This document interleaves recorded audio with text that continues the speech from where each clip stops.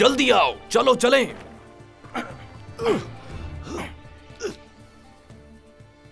Mister Morris, कहाँ है doctor Hawkins? वो गांव में ही है कप्तान, कोई बीमार है।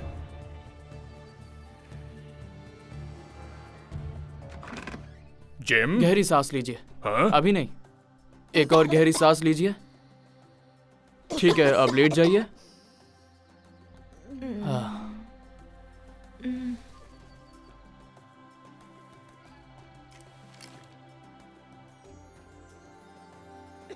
मुझे लगता है इनके फेफड़ों में इन्फेक्शन हुआ है। इनकी जान बचाने के लिए हमें तेजी से काम करना होगा और मुझे इन चीजों की जरूरत है। मुझे ये फूल चाहिए, ये वाले जो कि इस किताब में है। फूल नहीं, दवाई की जरूरत है। इन फूलों से बनने वाली दवाई ज्यादा बेहतर है उस दवाई से जो मैंने बनाई है। इस फूल को गर्म पानी में उबालकर इन्हें पिला दीजिए। ठीक है डॉक्टर साहब। दुनिया खजानों से भरी पड़ी है, बस ढूंढने की देर है। चलो मेरे साथ, मुझे तुम्हें कुछ दिखाना है। मुझे तुम्हारी राय चाहिए। हाँ? जरा इस कब्र को ध्यान से देखो। ऐसा लगता है किसी कलाकार ने बनाई होगी और इस पर उस इंसान के बारे में कई सारी बातें लिखी हैं। जैसे ये एक सेलर था, स्मगलर, कुक और एक जांबाज योद्धा। जो भी हो, वो एक समुद्री लुटेरा था। ये कब्र लॉन्ग जॉन सिल्वर की है। Long John? क्या तुम उसे जानते थे? वो सच में एक पायरेट था। मैं उनके समुद्री सफर पर गया था और सब जानते थे कि वो एक लुटेरे थे। तुम उस पायरेट के साथ गए थे? मुझे विश्वास नहीं हो रहा। मैंने इसके बारे में किसी को कुछ नहीं बताया है, कभी जरूरत नहीं पड़ी। पर मैं आपको जरूर बताऊंगा अगर आप वादा करते हैं कि आप यकीन करेंगे।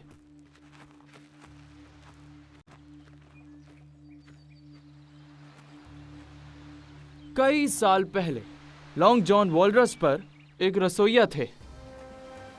वही पायरेट जोशुआ फ्लिंट का जहाज।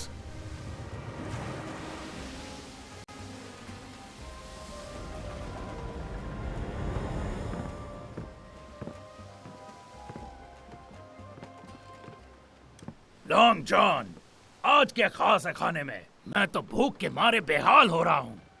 इसी वजह से मैं तुम्हारे साथ सफर नहीं करता बिली बोन्स। तुम्हारा ध्यान काम पर कम और खाने में ज्यादा होता है।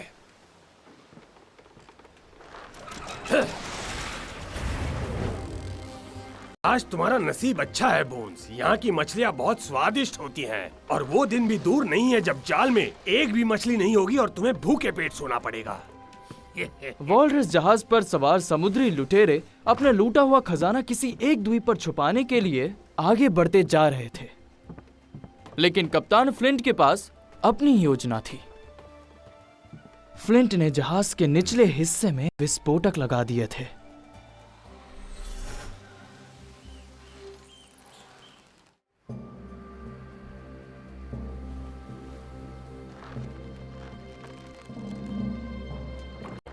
और द्वीप पर अपने कुछ साथियों की मदद से एक छोटी नाव में लूटे हुए खजाने को रखकर अपने साथियों के साथ उतरे। जितने कम साथी उतना बेहतर। और जैसे ही जहाज सुरक्षित दूरी पर पहुंचेगा, वो जहाज और उसमें सवार सभी लोगों को उड़ा देगा। इससे मची तबाही और अफरा तफरी में अपने साथ आए आदमियों को वो पिस्तौल से गोली मार देगा और खजाना सिर्फ उसी का हो जाएगा। लेकिन लॉन्ग जॉन को बेवकूफ बनाना इतना आसान नहीं था।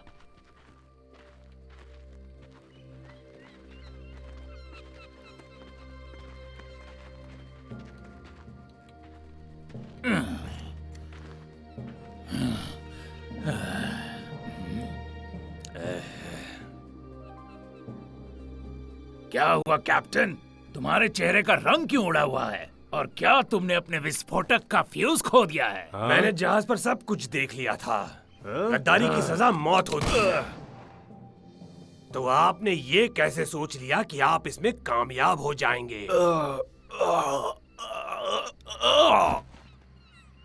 बिली, खजाना छुपा और ध्यान रहे तुम्हें नक्शा भी बनाना है। और तब तक मैं जहाज की कमान संभाल रहा हूँ। बिली बोन्स को एक गुफा मिल गई थी जिसमें वो खजाना छुपा सकता था। उसने एक नक्शा तैयार किया। वो आने वाले तूफान को मात देने के लिए जहाज की ओर भागा। उन्होंने फ्लिंट को वहीं सड़ने के लिए छोड़ दिया, लेकिन फिर याद रखूंगा लॉन्ग जॉन। मेरा जख्म पर खून क्यों नहीं बह रहा? मैंने तुम्हारी जान बख्श दी। कौन है? चुप रहो। खड़े हो जाओ। छुप क्यों रहे हो? सामने आकर बात करो। मैंने कहा खड़े हो जाओ। हवा की दिशा में चलो, तुम मुझ तक पहुंच जाओगे। आगे बढ़ो, आगे बढ़ो, मेरे पास आओ।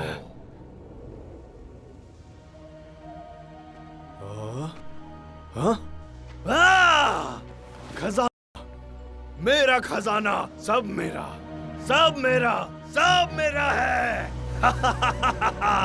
हाँ?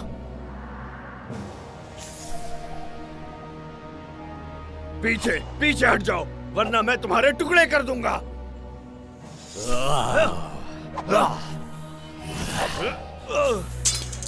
दूर रहो मुझसे।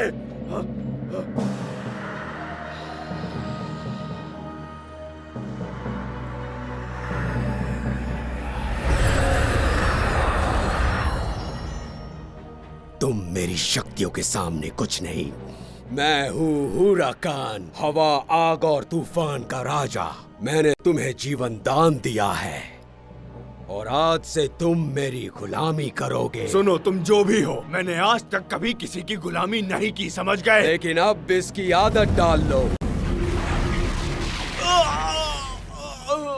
अब से तुम्हारा दिल और दिमाग दोनों मेरे कब्जे में है। ठीक है, पर तुम चाहते क्या हो? सब कुछ, और शुरुआत उस खजाने से करेंगे।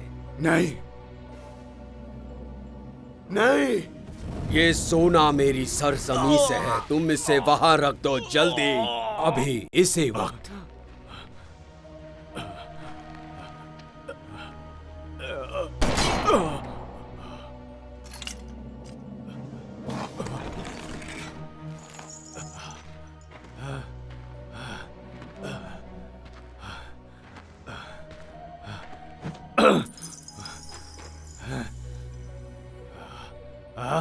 ये काम होते ही मैं तुम्हें फिर बुलाऊंगा।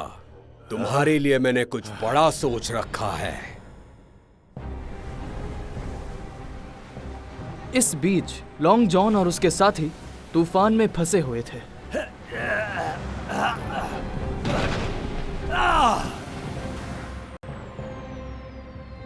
तूफान ने जहाज को डुबा दिया। सिर्फ लॉन्ग जॉन सिल्वर और बिली बोन्स ही उस तूफान से बच पाए। सुनो, अरे सुनो इधर। एक ब्रिटिश व्यापारी ने उन्हें बचाया और घर वापस लेकर आ गया। उन्होंने अपने आप को फांसी के फंदे से बचा लिया क्योंकि उन्होंने सभी को ये यकीन दिलाया कि वो सिर्फ नाविक थे। उन दोनों में एक समझौता हुआ। जैसे ही दूसरे जहाज का बंदोबस्त हो जाए, हम वापस जाएंगे और उस खजाने को वहां से ले आएंगे।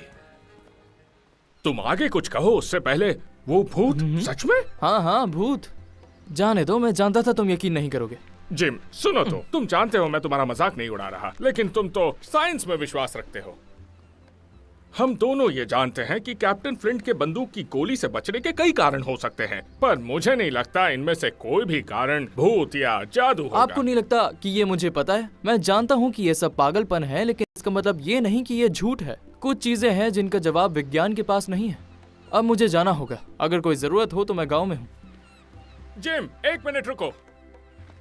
मैं तुम पर विश्वास करता हूँ। मुझे सब बताओ, मैं तुम्हारी बात गौर से सुनूंगा। मैं सच कह रहा हूँ। पायरेट्स, खजाने और जादू की इस कहानी में तुम्हारा क्या किरदार है? अब तक इस कहानी में मेरा कोई किरदार नहीं। मैं अपनी माँ के साथ था और डॉर्सेट में होटल चलाने में उनकी मदद कर रहा था, और मैं तब सिर्फ 13 साल का था। जिम, जल्दी लकड़ियाँ हाँ, आया। लेकर आओ। मैं तो समुद्र की खूबसूरती देख रहा था। मुझे अभी खाना भी बनाना है। यात्री किसी भी वक्त आ सकते हैं। क्या कमरे साफ और तैयार हैं? हाँ, एकदम साफ है, सिवाय उस 3 नंबर के कमरे में जिसका बेड टूटा है। हमेशा ऐसा ही होता है। कारपेंटर को बुलाने का अभी वक्त भी नहीं है। कोई बात नहीं, मैं उसे ठीक कर दूंगा। शुक्रिया।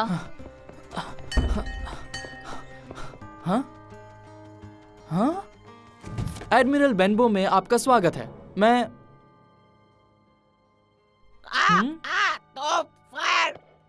मुंह बंद रखो अपना। और तुम ये बताओ, ये होटल खुला है क्या? जी सर, बिल्कुल है।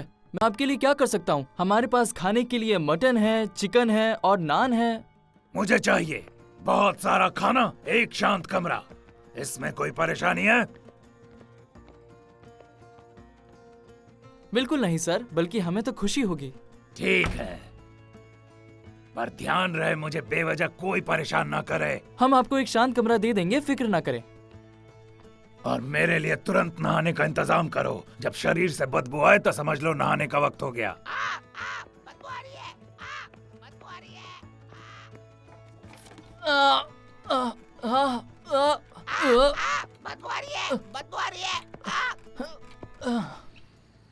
ये ठीक है मेरे दोस्त, उस नासमझ आदमी को लगा कि वो मेरा हिस्सा हड़प लेगा, पर मैं अच्छी तरह जानता हूँ उसका क्या करना है, इसीलिए काट दिया, मार दिया। अब वो अगला जन्म भी नहीं ले पाएगा। तुम्हें कोई परेशानी? नहीं सर, नहीं, आपने बिल्कुल ठीक किया सर। मैं जानता हूँ उसका यही अंजाम होना था। भगवान उसकी आत्मा को शांति दे। उस आदमी की डरावनी कहानियों से सभी लोग भाग जाएंगे। एक सच्चे नाविक की रोमांचक कहानियां हर किसी को आकर्षित करती हैं। और जब मैं किले के अंदर दाखिल हुआ, वहाँ 30 नहीं, 50 नहीं, 100 लोग मरे पड़े थे। लाशें ही लाशें बिखरी पड़ी थी। बाथरूम का वक्त हो गया। और कुछ चाहिए सर? बस तुम खाना लाते रहो। खाने में कुछ कमी रही तो तुम्हारी खैर नहीं। अब जाओ, जल्दी से खाना लेके आओ भी। हाँ, तो मैं कहाँ था? हाँ, मेरे सामने लाशें बिछी थी और मेरे पीछे खूंखार गोली। फिर मैंने ऐसे चाकू घुमाया और फिर ऐसे, और फिर ऐसे। देख रहा है कैसे? ऐसे। या। और फिर मेरी नजर एक भयानक समुद्री चुड़ैल पर पड़ी। वो 20 फीट 30 फीट लंबी थी। मैंने एक उंगली से उसके सर के टुकड़े कर दिए। मुझे लगता है हम सबको अपना दल बनाना चाहिए। हम तो गम भूल गए, सारी दुनिया भूल गए। अब किसी से क्या कहे यारो, सब अपना भूल गए। लड़ने के लिए तैयार हो जाओ। चलो, अपने हथियार उठा लो।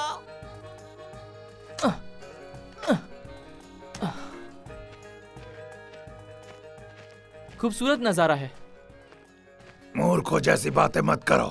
याद रखना, ये समंदर जो है ना, किसी का सगा नहीं होता।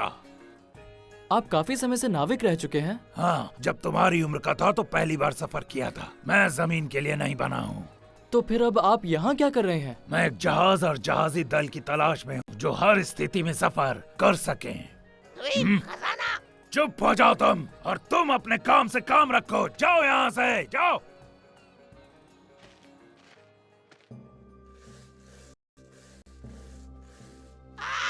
मार पड़ी। 20 कोड़े।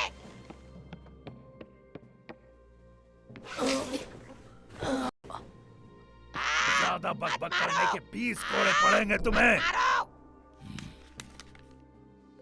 हमें इस खजाने को राज ही रखना होगा। कोई भी इस खजाने का जिक्र नहीं करेगा, कोई भी नहीं, कभी भी नहीं, समझे?